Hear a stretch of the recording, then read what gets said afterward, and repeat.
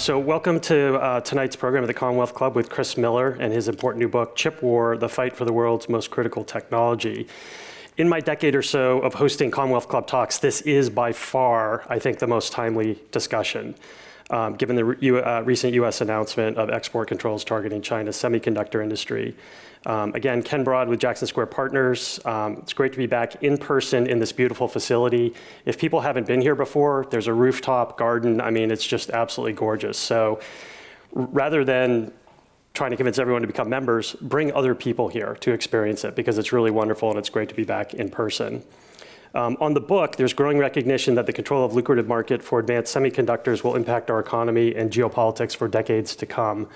Thus, the liberal internationalist ethos of the past few decades is ceding to a growing recognition of China's growing threat and leading to the US to weaponize interdependence in the supply chain for semiconductors.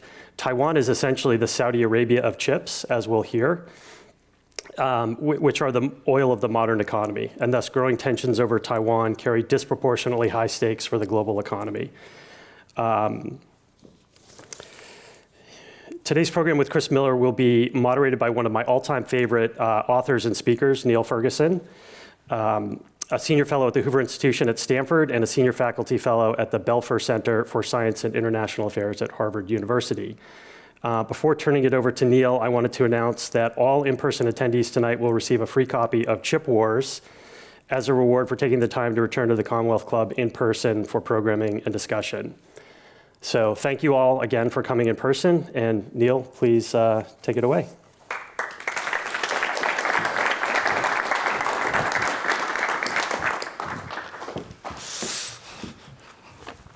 Well, thank you very much indeed, Ken. It's great to be back at the Commonwealth Club.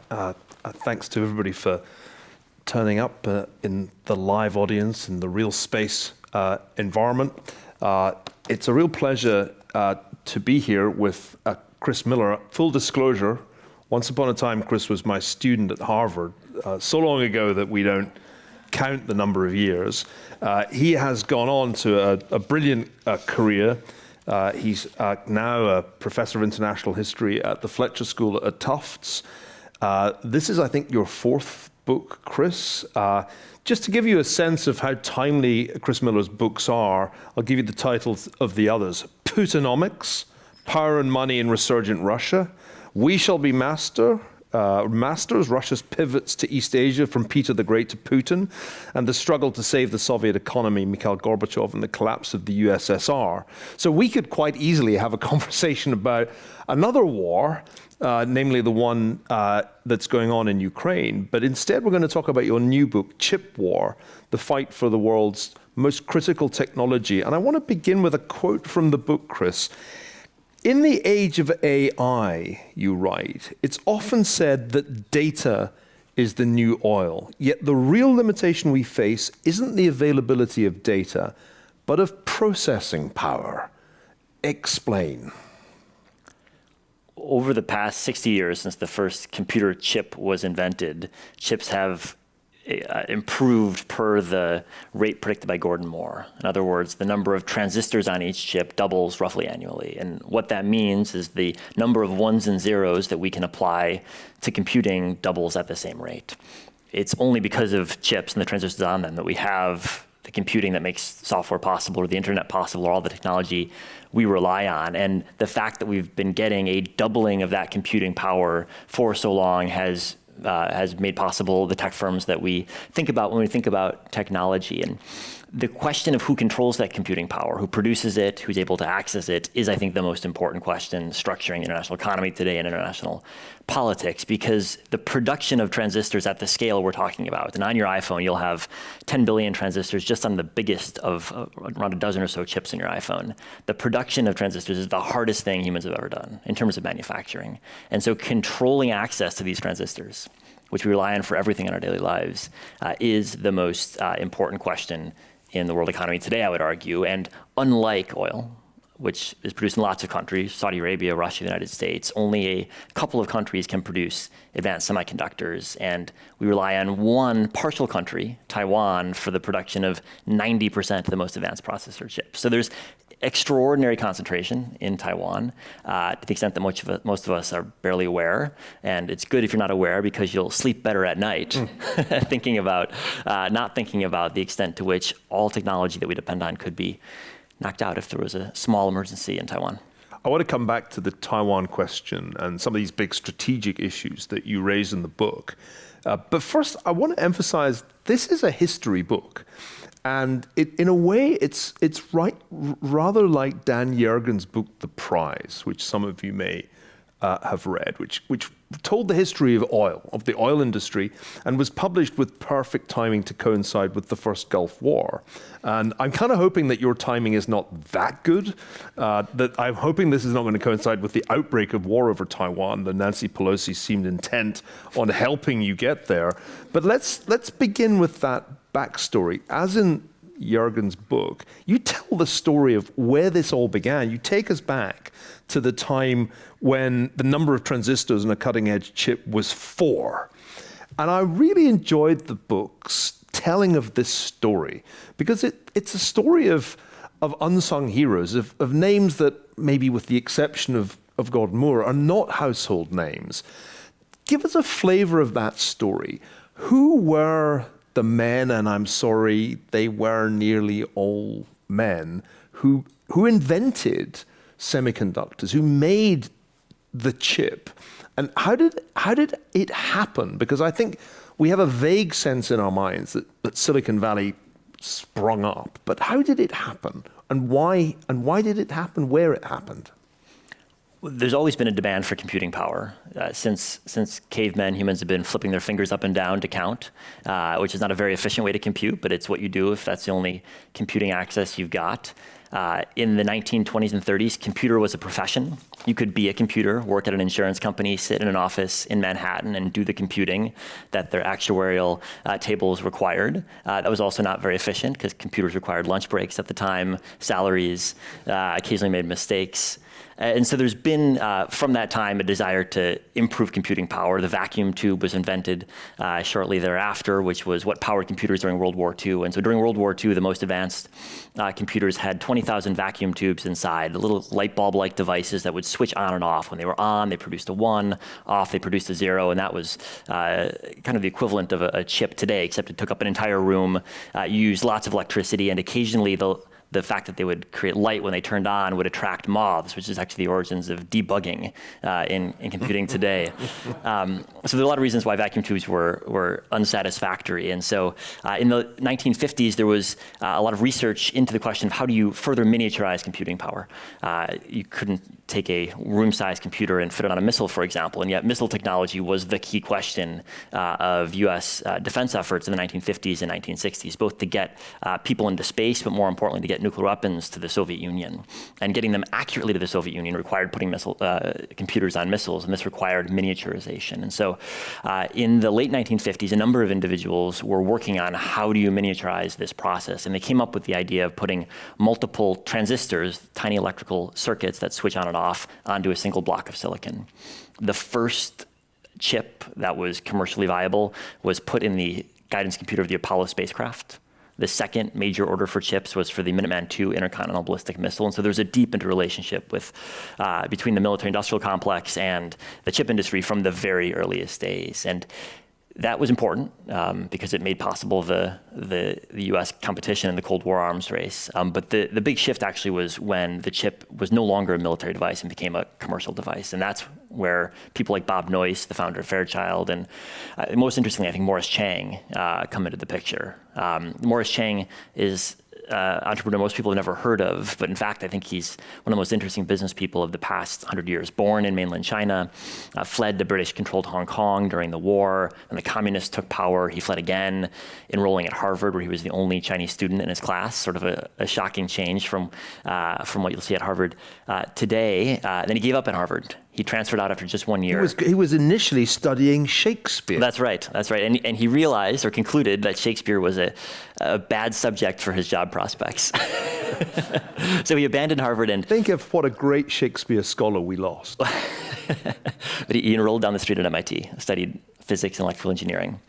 and was hired by Texas Instruments, which was sort of the hot startup, if you will, of the 1950s, and personally built their semiconductor business. Can I take the story back to William Shockley? Because it's worth starting with science. There's a period of innovation that in a sense predates any kind of commercialization, and it wins some Nobel Prizes. One of the things that interests me is that you talk about Shockley, who's really the kind of pioneer, but you make the point that he was impossible. Brilliant, but absolutely impossible. Talk a bit about what was impossible about him and why he drove collaborators away, because that seems like an important part of the story. Shockley was. So Shockley was one of the 3 people who won the Nobel Prize for inventing the transistor. And Shockley was renowned for his capabilities in theoretical physics. He was feted across the country. He won the Nobel Prize, but he was dissatisfied with just being a famous physicist. He wanted to, he told a friend, he wanted to be not only on the pages of the Physical Review, the key physics academic journal, but also on the pages of the Wall Street Journal. And so he set off to start a company. And his mother lived in Palo Alto, so he chose Palo Alto simply to be close to her, and founded a company applying the most advanced science, which he himself had theorized. But he was a toxic manager. His employees detested him. And after just a year, his smartest employees fled, proving, I think, that scientific brilliance is far from the only crucial ingredient in technological advance. And he quickly folded his startup and went back to academia. And Stanford hired him after he failed at his startup, and spent the rest of his life teaching and then also developing a whole set of controversial racial theories of intelligence, which kind of veer off into one direction. But I think the key conclusion about Shockley is that scientific advances are important, but commercialization is even more important. So let's talk about that commercialization phase. It'll come as a blow to a Northern Californian audience that Texas Instruments is in some ways the key firm in the early history. And we kind of think that Texas is new to the tech game. It's only recently that star tech figures have moved to Austin. But your story reminds us that Texas was actually right there present at the creation. Tell us a bit more about Texas Instruments, because it seems like almost a lot of the key breakthroughs happen there. And there are some more terrific characters. I was relieved to find Mary Ann Potter in there, because she's one of the few women in the early history of semiconductors. So give us a sense of who's at Texas Instruments, who's driving it in this extraordinary phase of innovation. Morris Chang's one of them, but he's only one of an extraordinary group of talented people.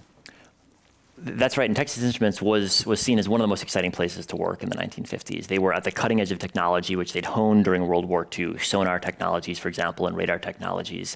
And so they attracted people from across the country, and in the case of Morris Chang and actually many others across the world, to work there. And the idea was that they could not only produce technology for the US military, which they were very good at, but also find ways to commercialize it. And they played a major role in doing so. They tried and failed at transistor radios at first, but they were very successful in pocket calculators, for example, which were sort of the iPhones of the 1970s, if you will, something that everyone had in their pocket. I am old enough to remember the Texas Instrument calculators, just to be clear. I think I may even have possessed one. Well, that was probably influenced by Morris Chang in the process. And so Texas Instruments was really the center of chip making until the late 60s or early 70s, when the epicenter shifted towards California. So let's talk a little bit about Fairchild Semiconductor, which is the other pioneering business in your early narrative. These are the defectors from the impossible Shockley who set this up. And I want to understand a little bit about the difference between what Texas Instruments was doing and what Fairchild Semiconductor was doing. Who's doing what in this process of innovation? At the start, they ended up doing pretty similar things. Texas Instruments was a bit more focused on production for the military, whereas Bob Noyce, who was one of the people alongside Gordon Moore who founded Fairchild, kept more of an arm's length relationship with the military. And I think this is really pretty important, because although it's true that military funding was crucial to the early stages of Silicon Valley, it's also true that many of the key leaders wanted to take advantage of military funding but pivot right away to the commercial market. And Noyce himself, one of the co-founders of Fairchild, had this in mind from the outset. He'd actually worked on a couple of Defense Department contracts at a previous job and found it immensely bureaucratic, stultifying in terms of the demands that they placed on him, and wanted to make sure that he could access a broader market. And he realized that broader market was computers for corporations, a civilian market where he saw far more customers and realized that if you could sell to more customers, you could scale your business in a way you never could with the Defense Department. And that was a crucial realization, because it meant that rather than just selling to the Navy and the Army, you could sell to thousands of businesses across. But it had to be in that order, as I understand it from Chip War. If they hadn't had those initial Apollo and Minuteman contracts, they wouldn't have been able to scale in a way that made it possible to commercialize the chip. Am I right about that? That's right. That's right. The first couple chips that were produced were brutally expensive. And so the only people that were willing to pay such a high price for miniaturized computing power was someone who needed to put it in a rocket. That was NASA or the Air Force for the missile programs. But one of the things that has characterized the industry since then is that costs have fallen at the exponential rate that Moore's Law promised. And so after just a couple of years, costs were a tenth of the first chips. And that was a level that other companies, like IBM, for example, one of the big tech companies of its day, could afford to pay for when it came to commercial computers. And the cost declines only materialized when you're able to scale, and you could only scale with the civilian market. I'm very struck by the fact that as today, right at the beginning, in the tech world, immigrants play a crucial role. 2 of the 8 founders of Fairchild were born outside the United States, including Andy Grove. And I didn't know that Andy Grove was originally Andros Groff until I read Chip War. Morris Chang, of course, is the other foreign-born figure. Tell us a bit more about Andy Grove, whose early life was as ghastly as really almost anybody's who survived World War II in Eastern Europe. So Grove was from a Jewish family in Budapest. And Budapest was a city that survived both Soviet and Nazi invasions. And both the Soviets and Nazis were competing for the most brutal invaders of Hungary during the war. And the Jews of Budapest suffered as much as anyone. He had to hide from the Nazis when they took over. His mother was raped by Soviet soldiers when the Soviets took over. And so yes, he suffered as much as anyone and fled the United States in the 1950s, enrolled at the City College of New York, fell in love with electrical engineering and chemistry, and did his PhD at Berkeley. At one point, he applied for a job at Fairchild and was turned away with the Fairchild recruiter saying they prefer to come to their, they prefer not to have people apply to them, but they prefer to come to the best people, so they get to pick the cream of the crop at Berkeley and Stanford. And the next year, as Fairchild kept growing, they were looking for more staffers, so they came to the chemistry department at Berkeley, and Grove was recommended. He was interviewed by Gordon Moore. He said it was love at first sight, and he joined Fairchild, and then when Moore and Noyce founded Intel in 1968, was one of the first employees at Intel as well. And it's striking to me that Intel is founded in '68, and this is sort of the beginning of the golden age of US semiconductor manufacture. We associate 1968 and indeed the early 1970s with a crisis of American politics, a crisis of American power, culminating in defeat in Vietnam. And yet your story tells us that without really much fanfare or much attention being paid, the United States is vaulting ahead. Now, we've talked about some of the fascinating characters that populate the book and make it so readable that the New York Times acknowledged that it's really quite unputdownable once you get into these stories because the characters are so fascinating.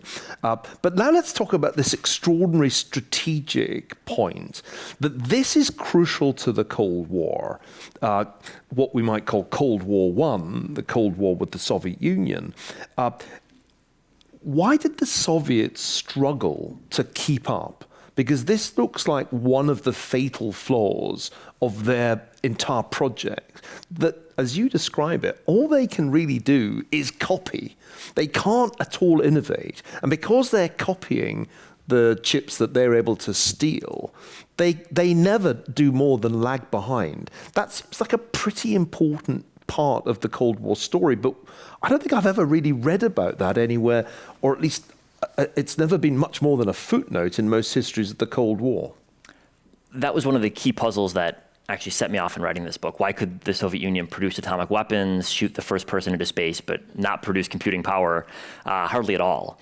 And it turns out that it's not about science. The Soviets had lots of smart physicists and even won several Nobel Prizes in fields related to semiconductor engineering. It's not a question of knowledge. In fact, the Soviets not only had knowledge they produced at home, they had exchange students studying with William Shockley at Stanford as early as the late 1950s. Some of the earliest Soviet exchange students enrolled at Stanford to study semiconductor engineering. Sort of extraordinary. I wonder if the person who approved that application at the State Department knew what they were doing. Yeah. But it didn't matter. Nor did it matter that the Soviets had spies. Some of the defectors who were associated with the Rosenberg spy ring were electrical engineers, worked in the US defense industry during World War II, then defected to the Soviet Union to try to build the Soviet computer industry, and also completely failed. The Soviet Union knew it would take money to build the semiconductor industry and invested a lot of money. They knew it would take expertise, but they couldn't get outside of the mindset of copying. When one of the first Soviet exchange students came from the US back to the Soviet Union, he brought with him a chip from Texas Instruments, which at the time was one of the most advanced chips of its day. And he brought it to the minister who was in charge of microelectronics in the Soviet Union. And the minister took it in his office and pulled it under a microscope and looked at it. And he lifted his head up and said, "Copy it, 1 for 1, no deviations, I'll give you 3 months." And that was the mindset from the earliest days of the semiconductor industry. And copying was a fine strategy for an industry like atomic weapons, where there are actually very few advances in atomic weapons technology from 1945 to present. But in an industry that gallops forward at the rate of Moore's law, copying is a horrible strategy. And there's a plan, and this is characteristic of the Soviet Union, to have an entire city dedicated to manufacturing chips. Zelenograd. Where was Zelenograd? Did they build Zelenograd? They did indeed. It's still actually right outside of Moscow. And the Russian chip industry today, such as it is, very small, technologically backwards, is still located there. Practically non-existent at this point. Yeah. So this is fascinating to me, because it seems to me that this is part of the story of the first Cold War that has been largely neglected, because the focus has been on the space race, above all the nuclear weapons race, and then all the kind of proxy wars that historians spend a lot of time looking at. But I mean, you won't find terribly much discussion of this in that enormous multi-volume history of the Cold War that was published not so long ago. So this is a really important contribution of Chip War. It makes you think again about why it was that the United States ultimately won Cold War I. It won it because it established leadership in this crucial frontier technology that required, and this is the question I have for you, it seems to me that it required commercialization to propel forward the innovation, to incentivize the US companies to keep pushing the frontier of Moore's law forward. And that could never happen in the Soviet system because there was never commercialization. You were just copying it, and that was it. Am I right that, in fact, it's the commercialization from the late 60s that keeps Moore's law happening? Yeah, that's absolutely right. And you couldn't, I don't think, have the type of innovation and the steady pace of innovation that you had in the chip industry in a socialist system for that exact reason. It's only the need for companies to compete in bringing out the next best chip to market that drives it forward. And if you look at where chips are going, the first couple of years of the chip industry in the 1960s, they mostly go into rockets, guidance computers for rockets. But by 1970, they're largely going to consumer devices. And by the 1980s, it's 95% going to consumer devices. So it really is the consumer industry driving forward innovation and also funding the extraordinary capital expenditure necessary to make this innovation possible at a large enough scale. So government funding remains important in the industry, but it's by far outplaced by consumer demand in terms of what's driving firms' capital expenditures by as early as the 1970s. So what goes wrong? Because up until this point, we have a story of American triumph. The United States innovates, it attracts talent from abroad, It then commercializes. There's this happy partnership with the military-industrial complex, but it then goes soaring off into commercial exploitation. And the leading companies are Intel, Texas Instruments. And then at some point, somebody somewhere says, maybe it would be a better idea if we did the chips in Asia. When did that happen? Was there a moment of decision? Or did the offshoring, the transfer of productive capacity to Asia happen imperceptibly in response to the cost advantages of doing it there? And just to add a sort of footnote or supplementary question, would history have been different if Morris Chang had been made chief executive of Texas Instruments rather than passed over for that job? Yeah. That is one of the great counterfactual questions, I think. If you look at why the chip industry has this deep interconnection with Asia that it has today, that dates from the earliest days of the industry. So Fairchild Semiconductor brought its first commercial chip to market in the early 60s, and at the exact same time was opening its first assembly facility in Hong Kong, precisely because of the wage differential.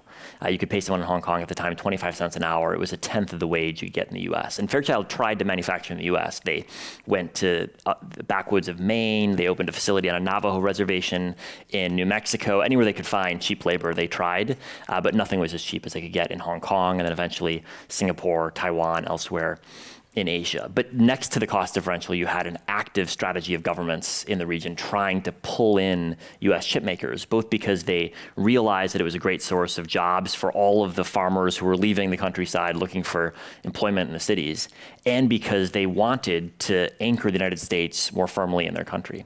So if you look at the Taiwanese government, the Singaporean government, they were all thinking of the chip industry not only in economic terms, but also as a way to keep the US interested in their security. And think of Taiwan, for example, in the late 1960s, early 1970s. The US was losing the war in Vietnam.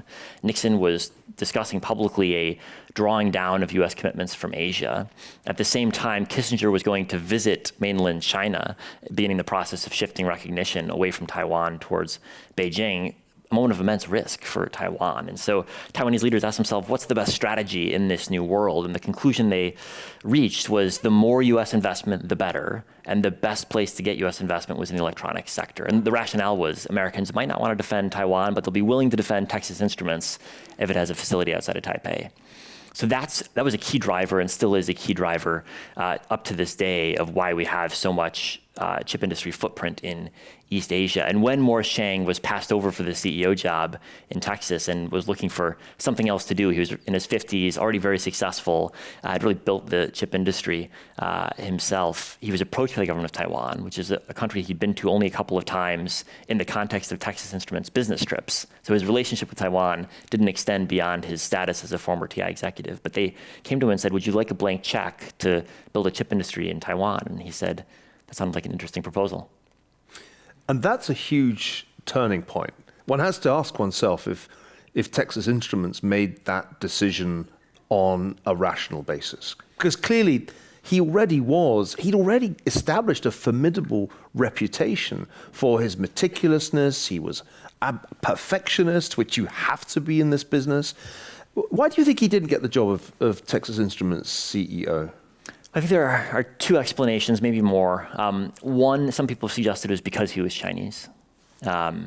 He himself, and I interviewed him for this book, said that actually when he moved from Massachusetts to Texas, he found much less discrimination in Texas than he had experienced in Massachusetts, and really downplayed how different it was being a Chinese American in Dallas. But that's one possibility that some people have proposed. The other, which I think is certainly part of the answer, is that Chang had a new and revolutionary idea for chip industry business models. Up to that point, all chips were designed and manufactured by the same company.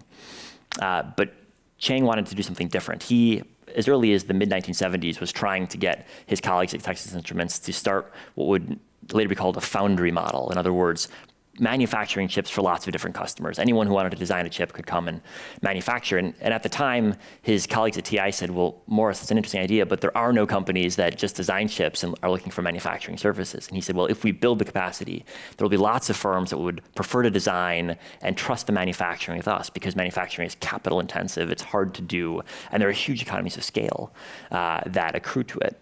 And that was the business model he wanted to implement at TI, and it was something that TI leaders just couldn't get their heads around. But when the Taiwanese government came to him and said, what should we do for our semiconductor business, knowing much less than he did, they were happy to give him a whole lot of money to build this entirely new business model in Taiwan. This brings me to another quotation from your book, and it's the hinge point of our discussion. I've just received a stack of questions from the audience, and they're all focused on the contemporary issue, which is the crux of the latter part of your book, US v. China. So let me give you the key quotation. World War II was decided by steel and aluminum and followed shortly thereafter by the Cold War, which was defined by atomic weapons. The rivalry between the United States and China may well be determined by computing power. We've seen over the last, 4 years, an increasing effort by the United States to flex its economic muscles in ways that are designed to hamper China's advance in this specific area. You go back to the entity list against Huawei. We now have the CHIPS Act, which is designed to promote manufacture of chips in the United States. And since your book went to press, the Biden administration has issued new and far-reaching measures restricting China's access to intellectual property and, in effect, to Americans with expertise in this area. So give us your assessment of this strategic effort, which I've heard described as a pursuit of sci-tech hegemony by the United States. Do you think this is the right strategy, fundamentally, for the US to try and stop China catching up? And I guess it implies that China can catch up where the Soviet Union couldn't. If you want to understand what the US government's trying to accomplish, I think we need to return to the early days of the chip industry, where there was a deep relationship, interconnection between military power and computing power. And although the United States has forgotten about this relationship because we've taken our military advantages for granted over the past 30 years, the reality is that any military system today is crucially reliant on computing power. And if you think of what it takes to, for example, fly a drone through a battle space, you're talking immense computing power to identify the environment, to assess threats that are coming in, to know where it's flying, lots of sensors, LiDAR sensors, infrared sensors, radar sensors, all of which require semiconductors to process the signals and send them to the the chips that are computing inside the drone. So military power is all about computing power, and that's important because the only advantage the US has vis-a-vis China is that it's got better quality systems. And most of the quality differential is in terms of computing. If you ask yourself who's going to have a bigger Navy, the answer is obviously the Chinese. Who's going to have a bigger Air Force? Obviously the Chinese. Who will have more missiles? Obviously the Chinese. They're going to outcompete us tank for tank, ship for ship. And we know that, they know that, everyone knows that. The difference, as we see in the battlefields on Ukraine every single day, is that Western technology enabled by American computing works better. It actually hits its target. It's far more reliable. Our capabilities at intelligence, search, reconnaissance are far better than the Russians, which is why the Ukrainians, with just a handful of HIMARS systems, have been able to turn the tide of the war in a way that the entire missile arsenal of the Russians, almost all expended at this point, have failed even to knock out Ukrainian telecoms infrastructure, which is sort of a horrifying failure if you're a defense planner. And that differential, there's a number of different factors at play. Russian morale is bad, et cetera, but ultimately, US weapon systems work better because they have better computing behind them.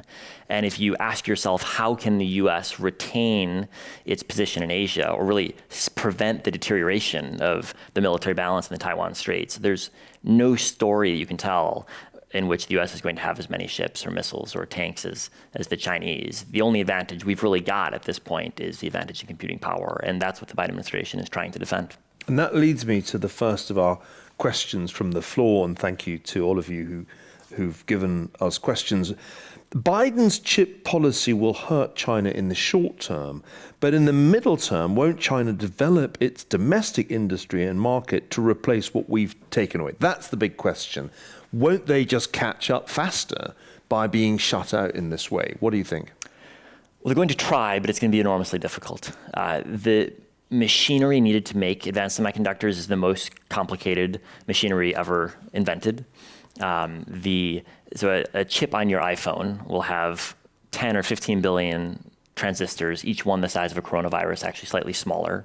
And the tools needed to produce coronavirus-sized transistors by the billions are mind-bogglingly complex. Just to give you one example, one of the tools you need is called a extreme ultraviolet lithography tool, which costs $150 million a piece, took 3 decades to develop.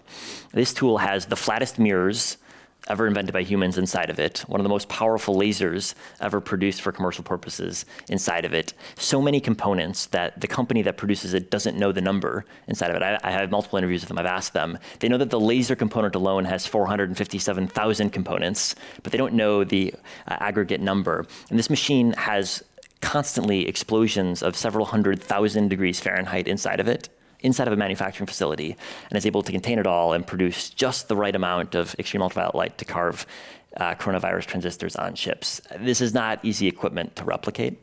Who builds those? This is built by the Dutch company called ASML, which has a 100% market share in this equipment. Yeah.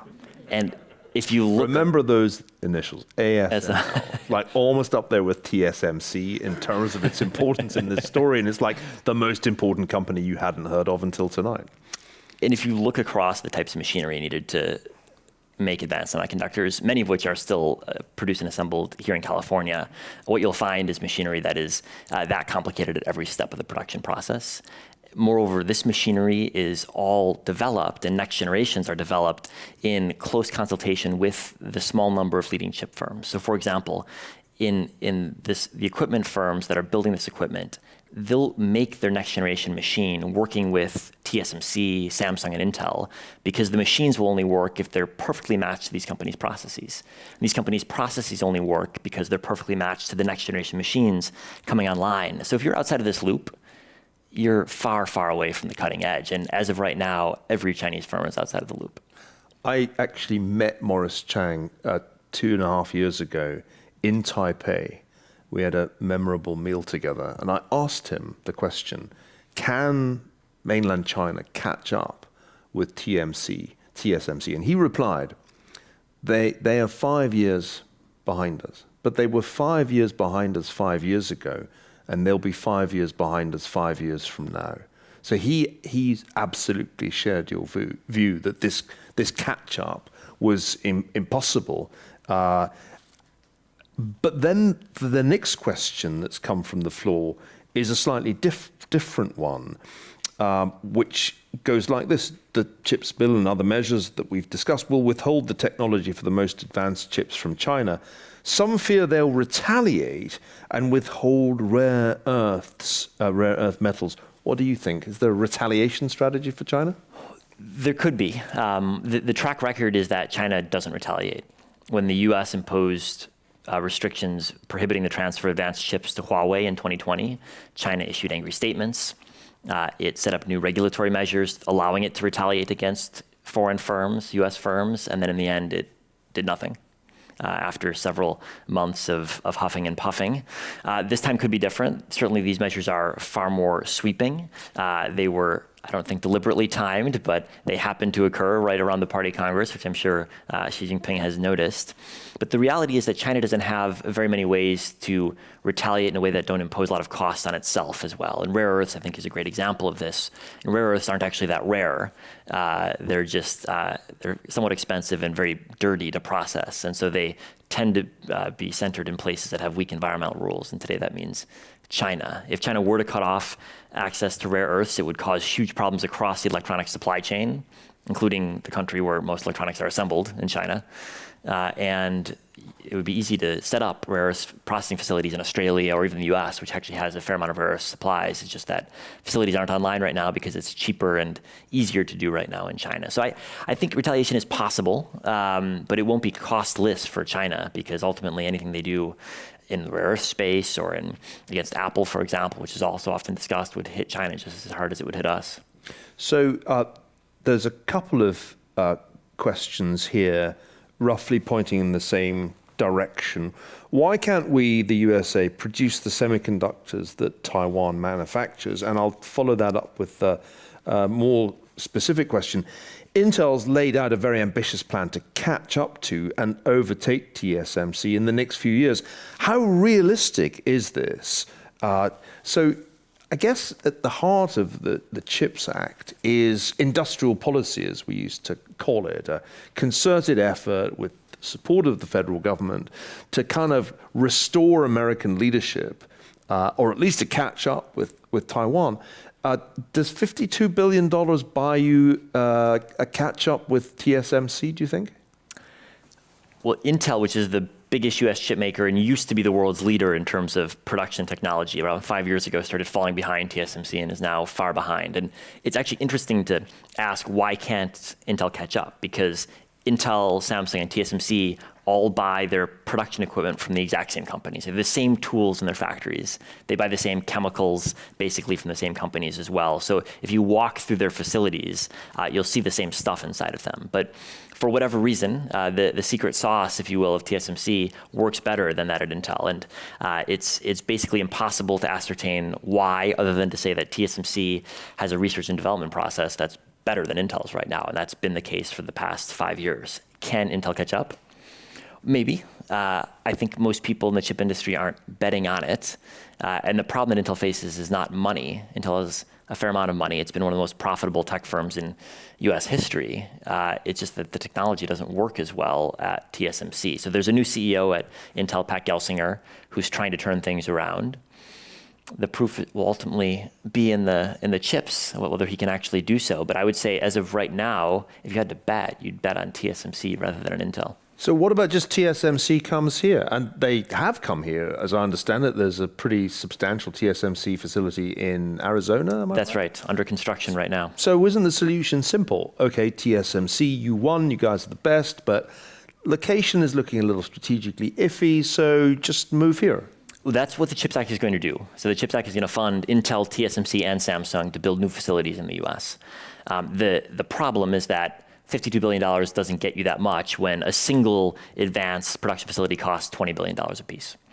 So we're going to get a bit more advanced fabrication in the US, TSMC's facility in Arizona, Samsung's in Texas, Intel's in Ohio. But the reality is that with this new funding, we'll have a bit of diversification away from Taiwan, but most of our most advanced chips will still be coming from Taiwan in 5 years' time. And Intel, as part of its strategy to turn itself around, is still producing a lot of chips in-house, but it's outsourcing its most advanced chips to TSMC produced in Taiwan. Okay, now we come to the heart of the matter. Are we in Cold War II, do you think? If you ask Jake Sullivan, Biden's national security advisor, he gave a speech about a month ago outlining their technology strategy. For a long time, the US approach to semiconductors was to make sure that any adversary was 2 generations behind, similar to the 5 years that Morris Chang told you about. And as of 1 month ago, the approach is different. Per Sullivan's speech, now we're trying to increase the gap between the US and China, partly by CHIPS Act funding, hopefully accelerating development in the US, but perhaps more importantly, by stopping China from moving forward. So now there's no ambiguity in US government policy. Our goal is to stop semiconductor advances in China, thereby to stop the rollout of advanced AI in China, and to make sure that all of it happens offshore of China.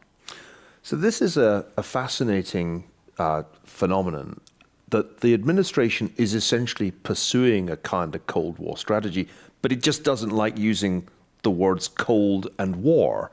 But even the New York Times had a piece just a couple of weeks ago saying, it kind of feels like a Cold War. And I'm trying to think what the implications are of this second Cold War, thank you very much, in the sense that we're up against a more economically and technologically formidable opponent. I mean, the Chinese economy is already on a purchasing power parity basis, the same size or larger than the US economy, whereas the Soviet economy was never more than about 40% the size. So it's clearly an economically more formidable rival. And as you've shown in your book, they're a lot closer in terms of this kind of technology than the Soviets were able to be, in that we're actively having to work to stop them catching up. And I just wonder where this goes. Let me try an analogy out on you that our old friend at Harvard, Graham Allison, wrote about not so long ago. And that's not a Cold War analogy, it's a World War analogy. And essentially, Graham Allison argued in a piece that I think was in National Review, we're in danger of doing to China now what we did to Japan in the 1930s. In the 1930s, there were different commercial sanctions imposed on Japan. Japan was cut off from oil, and that ultimately led to the extraordinarily risky and disastrous attack on Pearl Harbor. And I think Graham was arguing that there's a danger something similar happens here, where we so constrain China, we essentially say, you cannot catch up. You're not going to catch up. We're going to freeze you, not just 5 years behind, but maybe 10 years behind. Isn't the danger that China then concludes, well, in that case, we have to invade Taiwan? That's actually our only solution. I've certainly seen that written by some Chinese bloggers, not from the government side, but that's not being censored in China as you'd expect it to be if it was clearly unwelcome in Beijing. Is there a danger in your mind that Cold War II actually ends up being World War III? I think that is a risk. I think there are risks on both sides of the equation. There's a risk that excessive controls right now make Beijing take risky moves in the way that you've outlined. There's also a risk in not taking efforts to restrain China's access to computing power, and thereby seeing the military balance shift even more. And I think it's just worth thinking about how dramatically the military balance has already shifted. I like thinking back to the 1995-1996 Taiwan Straits crisis, when the Chinese shot a couple of missiles over Taiwan, and then Bill Clinton, who was president at the time, ordered 2 aircraft carriers to sail around Taiwan, one of them transiting through the Taiwan Straits. That would never happen today because the risk to the carrier would be too severe. The question now is not, can we sail a carrier through the Taiwan Straits? It's, can we operate one in the Western Pacific, given the long range and high accuracy of Chinese missiles? I mean, now we're talking about a war with China involving strikes on US bases in Guam, all across Japan. Chinese capabilities are far, far advanced compared to where they were even 10 years ago, and they're going to advance further over the next 5 or 10 years in terms of number of systems produced, and catch up in by that metric. So the only hope we have of slowing down the deterioration of our military position is by slowing down Chinese advances, and that's what the Biden administration is betting is the greater risk than the risk that Graham Allison sketched out. I would give you one other difference with Japan in 1939, 1940, 1941, when the Roosevelt administration was increasing its sanctions on Japan. The export controls on China that the Biden administration has laid out are sweeping in some ways, but they're targeted in others. They're sweeping in that they are an effort to call to a complete halt to China's advances, but they do nothing to target any Chinese chip activities beyond the cutting edge. So anything that is not technologically advanced, going into low-tech consumer devices, for example, all that remains untouched, and China still has the capacity to roll out its capabilities there. It's only the cutting edge that's being targeted. Whereas the sanctions on Japan, it's worth remembering, were on oil, not just advanced oil, all oil. And so it had ramifications not just for the Japanese Navy, but for Japanese automobiles as well. So I think that is an important difference to draw out. But yes, the risk is real. It's a risk that I worry about. And it seems to me odd that of those sophisticated, cutting-edge semiconductors, 90+% are manufactured on an island that China claims belongs to it. Surely the simple solution for China is to invade and take over and then own TSMC. Is that a viable option? Could they do that? If by invade we're thinking a D-Day style invasion, I think the answer is no. The facilities wouldn't survive an invasion, both because semiconductor fabs have lots of explosive chemicals inside, coupled with the most precise machinery in human history. This is perfectly designed not to survive a war. And because the Taiwanese would probably blow them up, and because if they didn't, the US would probably blow them up. And even if they were intact, you'd still need all of the TSMC staff to keep working there, none of them sabotaging, all of them trying to keep producing chips. And even then, you still need US tools and Japanese tools and chemicals and software updates from abroad. I think it's highly implausible, approaching a 0% probability that China could succeed in invading and grabbing TSMC's facilities. What I worry about more is, as the US military position gets weaker and weaker every year, Taiwan's confidence in our ability to come to their aid declines year after year, and China's ability to pressure Taiwan in scenarios between peace and war grows. For example, grabbing one of the offshore islands and challenging the US. Do we intervene? Do we not intervene? Or imposing customs checks on 5% of the ships going into Taipei Harbor.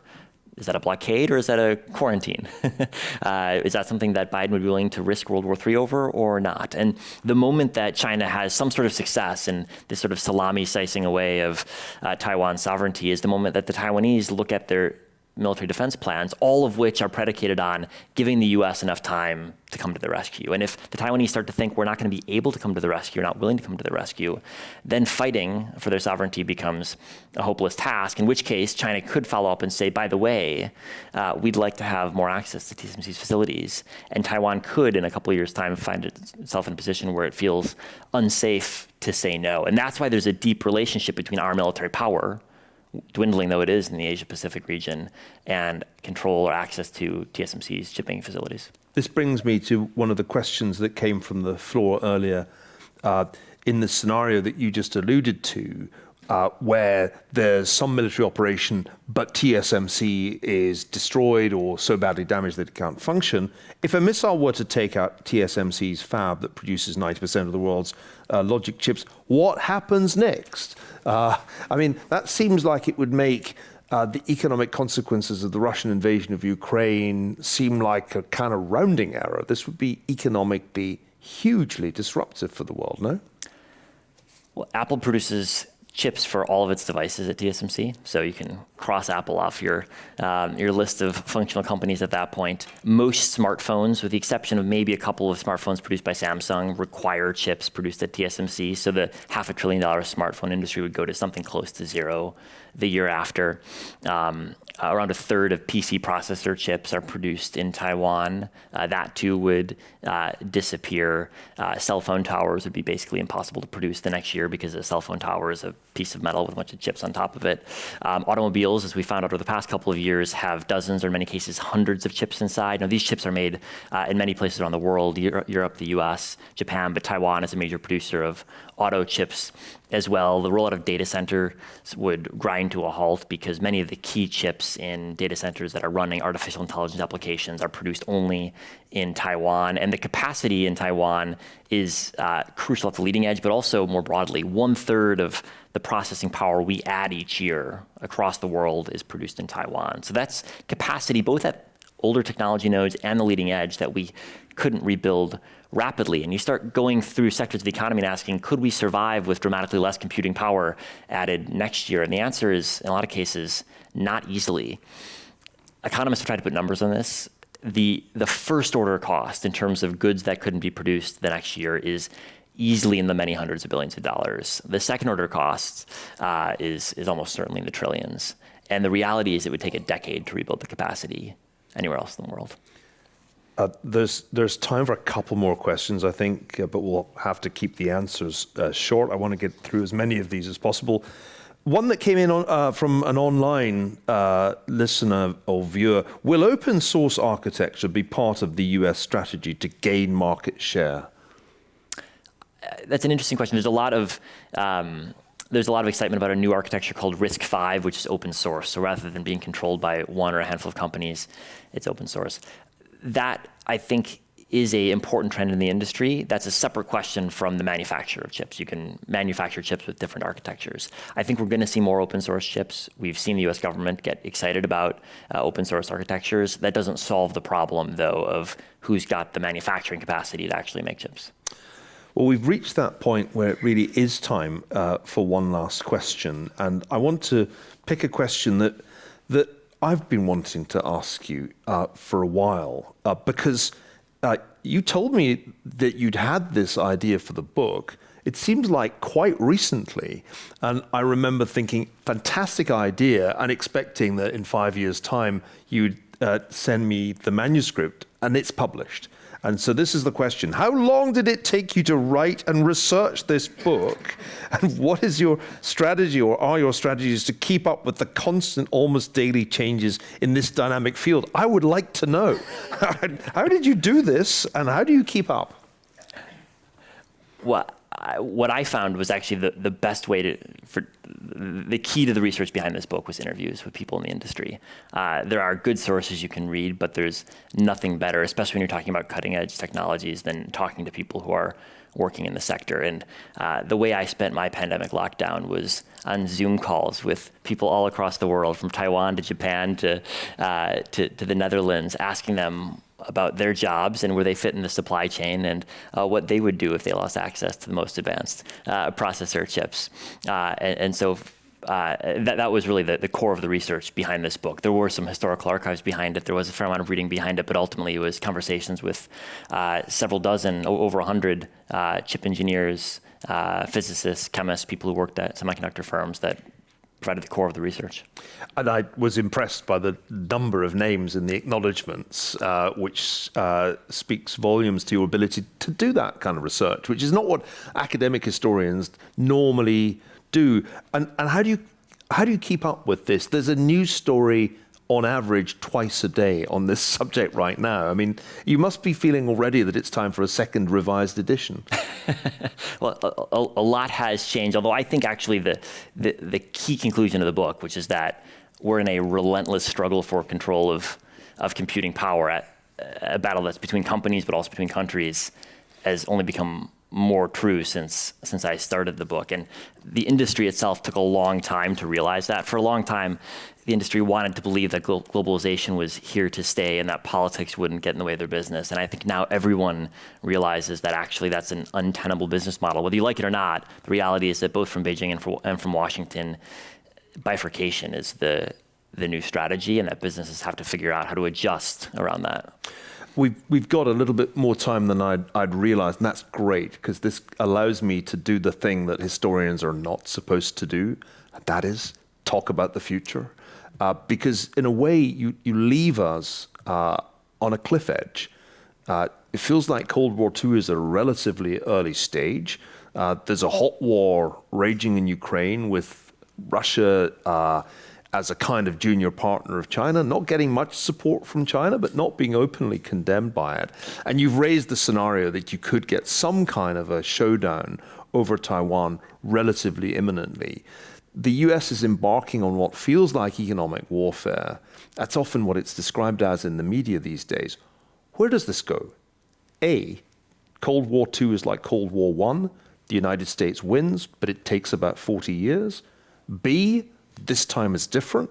Maybe the Cold War ends with the other side, the authoritarian regime, winning. Which scenario do you think is more plausible, or am I thinking about it in the wrong way? Should we expect a completely different time frame, different trajectory from anything we saw in the first Cold War?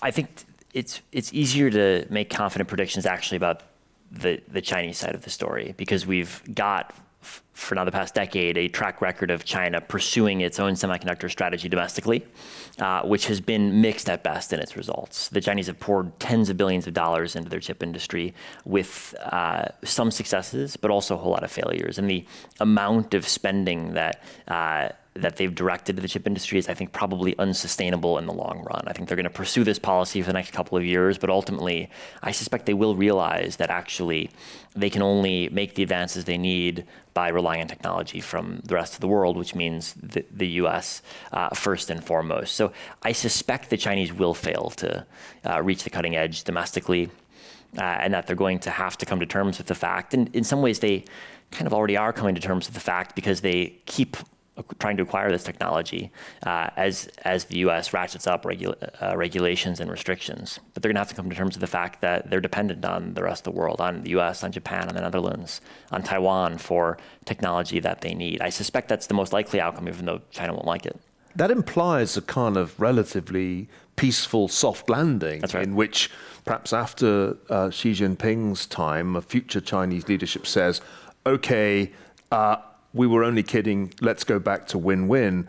But at this point, I don't see the United States saying, sure, we'll do détente. What strikes me most, and I just heard Secretary of State Antony Blinken speak earlier today at the Hoover Institution, is that the United States government seems pretty committed to Cold War in all but name and isn't about to cut China slack if the Chinese dial down their rhetoric. So just for a final steer into the future, where does the US go from here? Has Cold War become the only bipartisan issue in America? The only thing Republicans and Democrats agree on is that China bad? Yeah. Where does that lead? I think what the U.S. has concluded is that it wants to retain its military edge. And its military edge now more than any point since the 1980s is under threat. Has been degraded dramatically in East Asia, and that's what the commitment is around. That's why you've seen these new export controls, which from the Trump administration to the Biden administration, there's been a lot of agreement within the national security bureaucracy around this issue. So that's a bipartisan issue, retaining U.S. military edge, and there's a key technological component that we're seeing acted out right now, which is containing China's ability to bring to bear computing technologies for its military. Does that produce a peaceful outcome? I certainly hope so. And I think the best strategy for deterring a Chinese attack on Taiwan, and if you listen to Xi's speech at the Party Congress, the promise wasn't for a peaceful reunification. The promise was to keep non-peaceful means on the table in case necessary, while reunifying Taiwan, and of course reunifying is a false historical narrative, reunifying Taiwan is a major goal of the party. So I think China does need to be deterred in Taiwan. I think our ability to deter China has declined dramatically, which is why I think these restrictions are necessary as a last-ditch effort to shore up our military position in Asia. Well, Chris, it's been absolutely fascinating. I can assure everybody watching that this is a must-read book. I can't think of a book that will better inform you about the strange phenomenon of Cold War II. Chip War, the fight for the world's most critical technology. I want to thank Chris. I want to thank all of you for joining us today. If you'd like to watch more programs or support the Commonwealth Club's efforts in making virtual and in-person programming, please visit commonwealthclub.org/events. I'm Neil Ferguson. Thank you very much and take care. Well done. Thank you.